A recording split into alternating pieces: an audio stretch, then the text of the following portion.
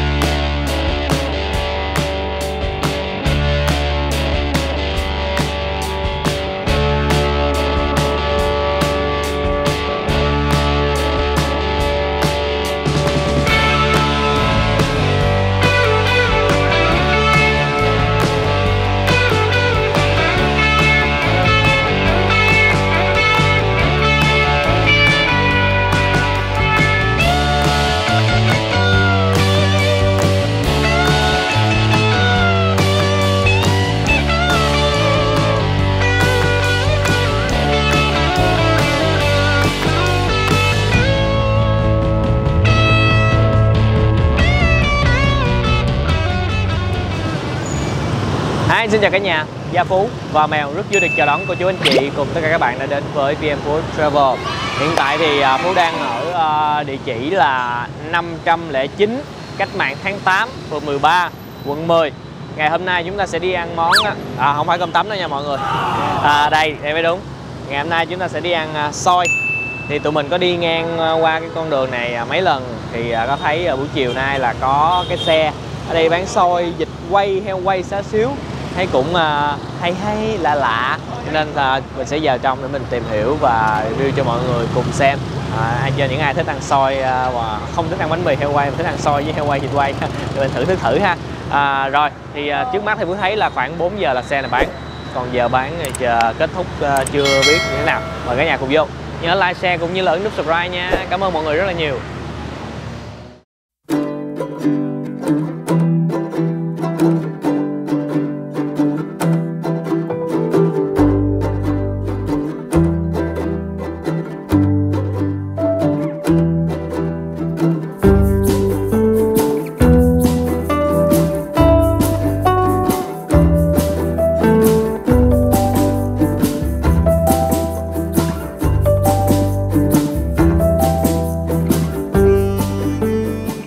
Ok, quán có tên là Xôi Ngọc nha mọi người, 509 Cách Mạng tháng 8, có vịt quay, heo quay, có lòng gà trứng non luôn.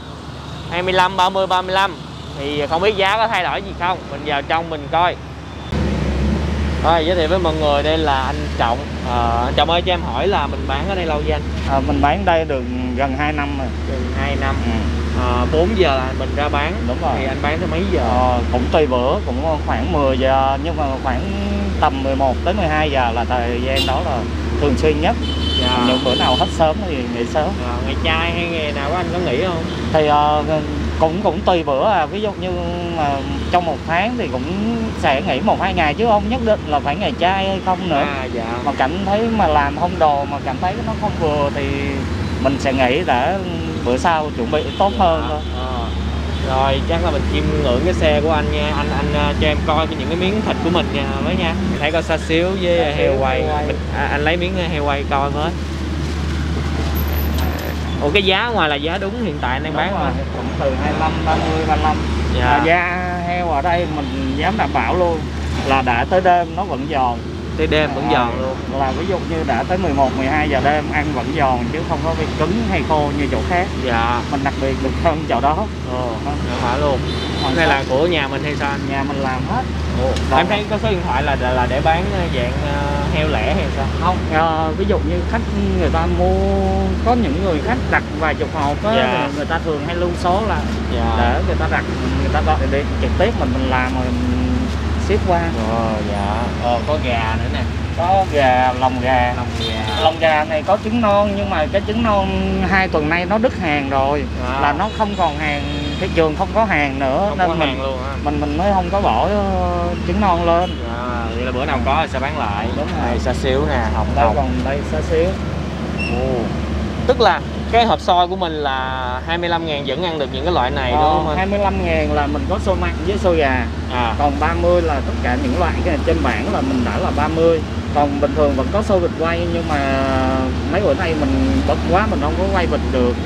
Xôi vịt quay thì nó nhỉnh giá hơn xíu, nó có thể là 40, 45.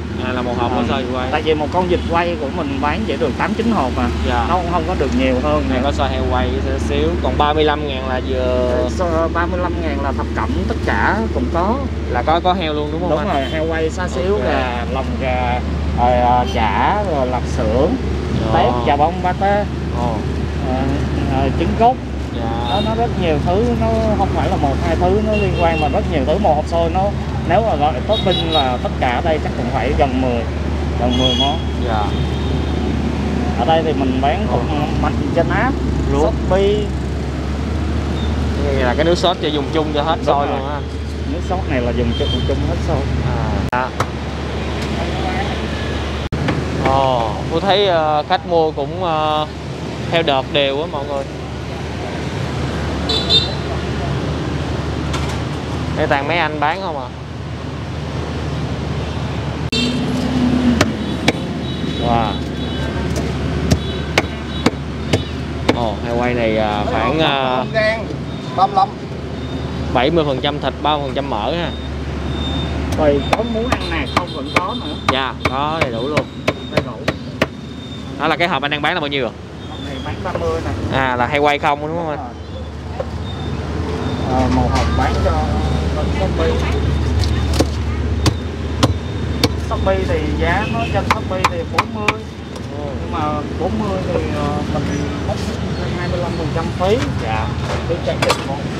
Không gian 25 á. Nếu mà mọi người thấy cận vô cái miếng thịt heo quay á, mọi người thấy là cái miếng thịt nó vẫn còn hồng hồng luôn mọi người. Đó. Cái xớ thịt nó vẫn còn hồng. Không ruốc đúng không? Hả? Đó, ba chục có ruốc, có pate, chà bông. 50 đúng không? 30. Đầy đủ quá rồi. Chỉ là heo thôi đó, 30.000. Đây là hộp thập cẩm 35.000. Có heo nè, xá xíu nè, gà một phần nè, miếng chả, miếng lạp xưởng với lòng gà.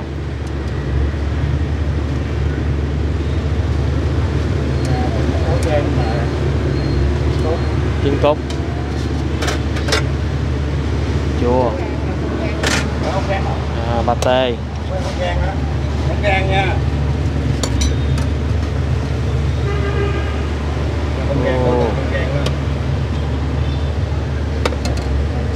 Ruốc chan sốt lên rồi mới để ruốc và để cho bông lên.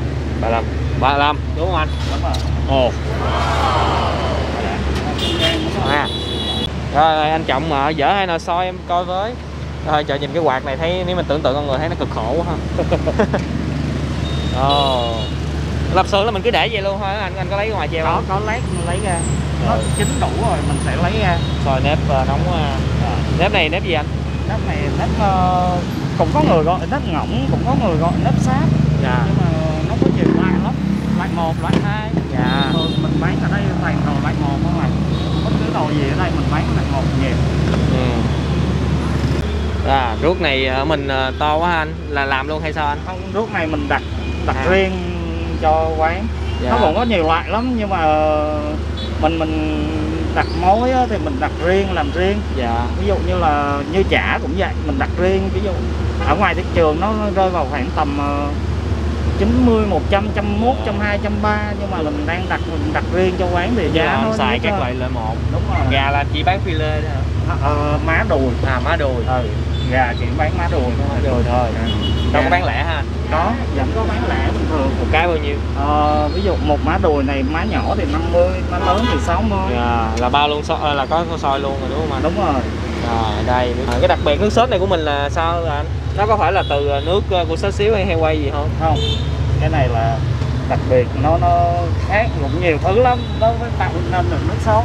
Cái nước sốt anh nó có cái độ sệt ha. Mình không có dùng mỡ xá xíu hay mỡ heo quay. Nước trong. Màu nó không có sậm lắm, chắc là cũng không có mặn quá mặn. Cái pate ở đây của anh nó sáng quá ha. Em thấy có nhiều loại pate, như là cái màu thì nó đen đen nâu, màu thì nó đỏ đỏ là sao vậy anh? Nếu mà màu đỏ thì thường theo anh hiểu á, là thịt nó nhiều hơn. Nó cũng đỏ đỏ. Còn nếu mà nâu đen á, là nó sẽ là gan nhiều hơn.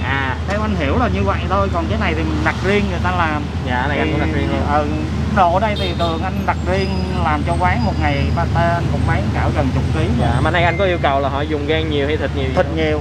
Anh yêu thường cầu. anh yêu cầu là thịt nhiều. Dạ rồi. Một ngày thì mình lấy nhiều thì mình có thể yêu cầu người ta làm theo cái ý của mình. Dạ. Nó có thể giá thành nó mắc hơn một xíu chứ nó không phải là mắc hơn quá. Dạ, ok. Nhưng mà ổn cho mình được là được. Anh làm bây giờ anh làm cho em một hộp thập cẩm không gan. Ok. Với một cái hộp heo không. Ok.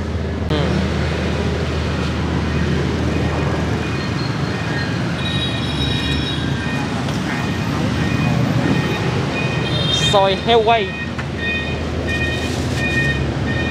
Rồi anh cứ làm ha, mình vừa làm mình vừa nói.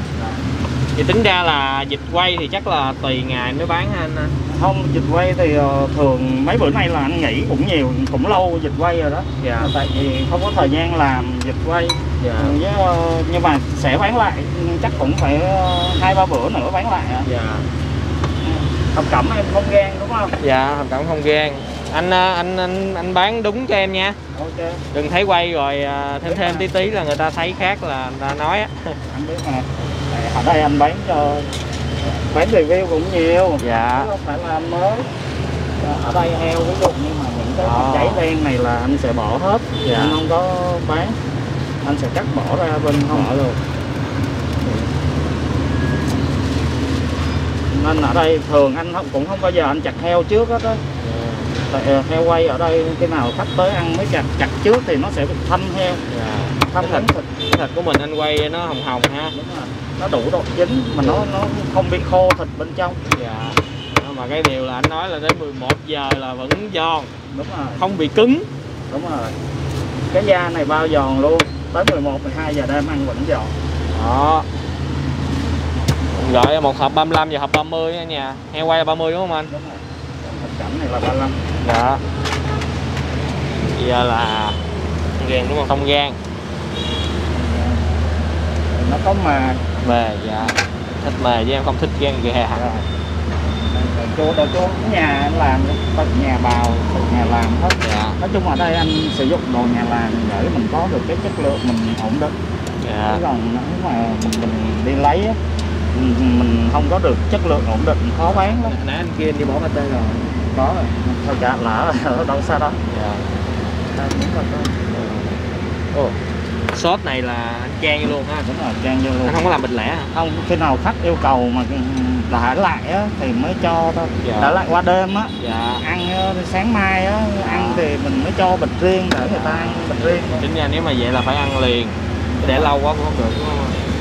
Không, cái xôi của anh thường á là bất cứ món nào em ăn liền thì nó sẽ ngon hơn em để lâu rồi. Đúng dạ. rồi. Nên tốt nhất là anh mua thì ăn liền. Thường dạ. xôi mà từ mua thì cũng ăn liền, ít ai để 2-3 tiếng lắm. Dạ. Ăn nó cũng ngon hơn. Gà này anh luộc chiên thì có để làm sốt gì không? Gà này anh luộc lên cái nước luộc gà á, thì anh sẽ lấy nấu nước sốt nên nó có rau ngọt hơn của nước sốt. Phải tận dụng chứ. Rồi đó, được 2 hộp xôi này cả nhà.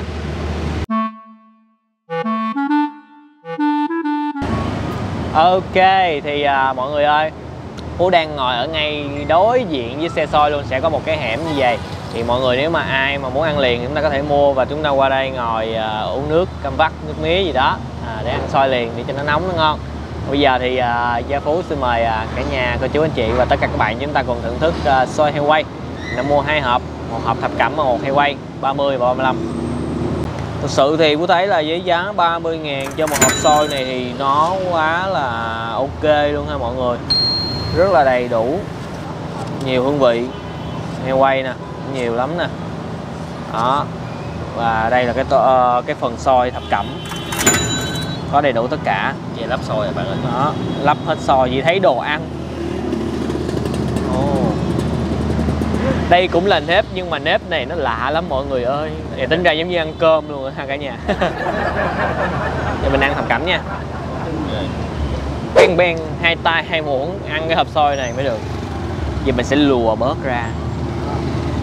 Ôi ôi, nó quá trời quá đất. Bây giờ để mình nếm cái xôi với cái sốt nữa kìa. Đó, lấy miếng gà ra luôn. Xôi có thể thấy là dẻo, mềm. Ngon quá, mình thấy anh chan sốt rất là mạnh tay.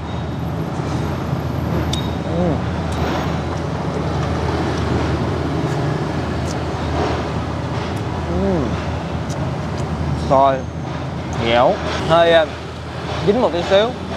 Hồi nãy là anh múc cái xôi chắc ở phần trên á, nên đôi khi nó sẽ cái hạt xôi á, nó hơi hạt nếp nó hơi khô khô. Nhưng mà xôi ăn ok. Ăn nó cũng có phần giống cơm đó mọi người. Đây, ba tê, miếng này bự đẹp hơn nè mọi bạn ơi. Miếng này bự đẹp hơn.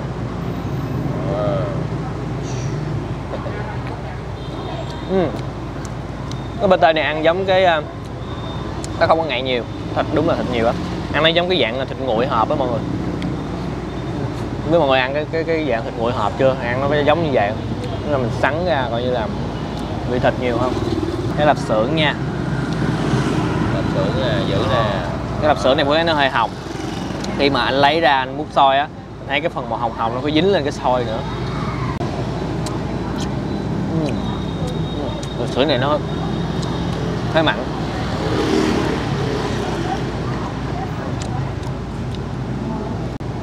Lạp xưởng này mình đánh giá là ăn tạm được nha mọi người. Cảm giác ăn nó hơi ngấy tí. Dầu hả hay là nó lại hơi dầu.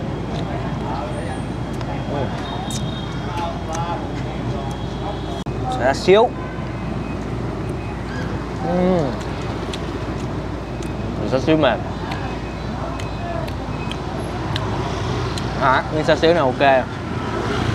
Nhưng mà xá xíu này nó lại không, nó thường chúng ta ăn xá xíu sẽ ngọt ngọt, thì cái miếng xá xíu này cái độ ngọt nó không có nhiều. Mình ăn trúng rứa mình thấy cũng ngon á.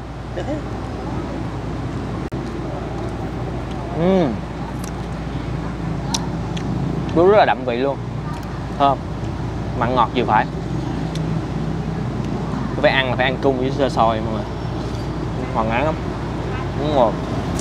Dạ miếng đồ chua nha mọi người, chà bông.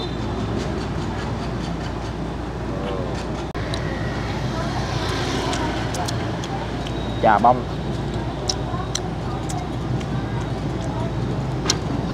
Không quá mặn, vừa.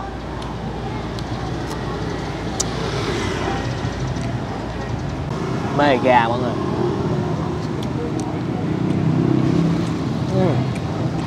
Mê gà ở đây. Mê gà ở đây không có cái sật dai nhiều, mềm. Mình thích là cái mềm nó sật hơn. Mà mềm thì cũng dễ ăn với người răng yếu, dễ nhai. Mọi người thấy nãy giờ cái hộp xôi này nó có một điều bất tiện, như nãy mọi người cũng thấy rồi, tức là anh bán ở đây anh chan nước thẳng luôn. Thì trong quá trình mà vận chuyển nó bỏ trong bao á, cái nước sốt đó nó sẽ bị phần bị chảy ra ngoài nữa. Đó, cho nên mọi người mua mọi người lưu ý nha.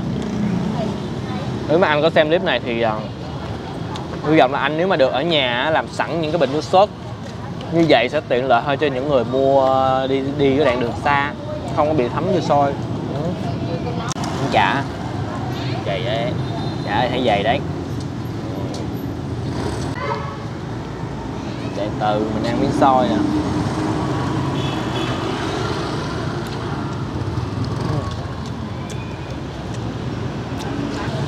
Chả này có cái độ dai.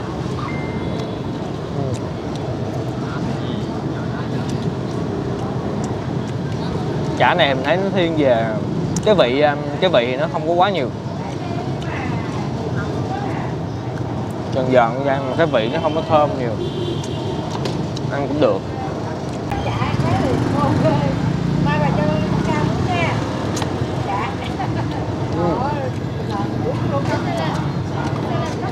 Gà mềm.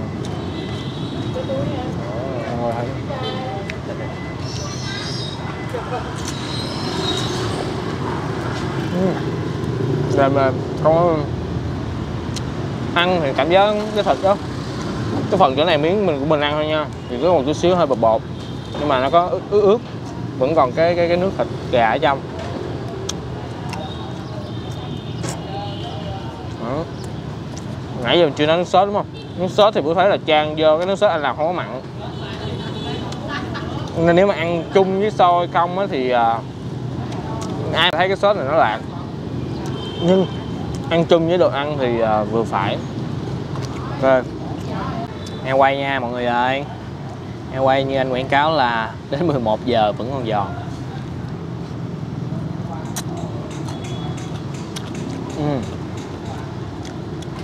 Giòn, da giòn thật. Cái da này để giòn lâu không có bị cứng, mà dạng như nó được quay lên ha. Không biết mình miêu tả cái miếng da thôi rồi đó. Có xốp luôn rồi mọi người, nhưng nó bị bọng bọng ở trong rồi đó. Nó như cái phần da đã chảy, nó chảy cái mỡ ra nhiều rồi đó, nó còn động mình một xíu, ăn rất là giòn xốp, ăn như bánh mì, ăn giống như bánh mì vụn vậy. Để lâu rồi nghĩ rồi vẫn giòn. Lúa Đúng ra cũng thấy là hộp xôi này ăn ok, no. Nhưng còn về các nguyên liệu thì tùy lại nguyên liệu, nó hợp với khẩu vị từng người nha. Mình lấy giá cao heo quay, xá xíu, đập xưởng không hợp với mình. Ruốc ngon, có ruốc ăn vô nó đã, nó tạo cái hương vị nhiều hơn. Ruốc là cái thứ mà nó mặn ngọt nhiều nhất. Ok, xin phép mọi người.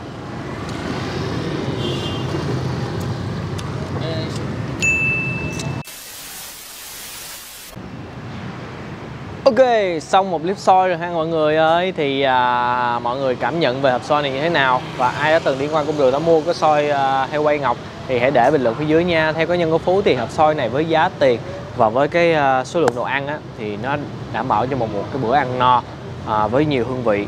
Thì còn tùy vào hương vị thì nói chung là mỗi một hương vị thì đâu thể nào mà nó đảm bảo được là cái nào nó cũng ngon đều đâu. Cho nên là mọi người thử tìm xem nguyên liệu nào nó phù hợp với hương vị của mình nha.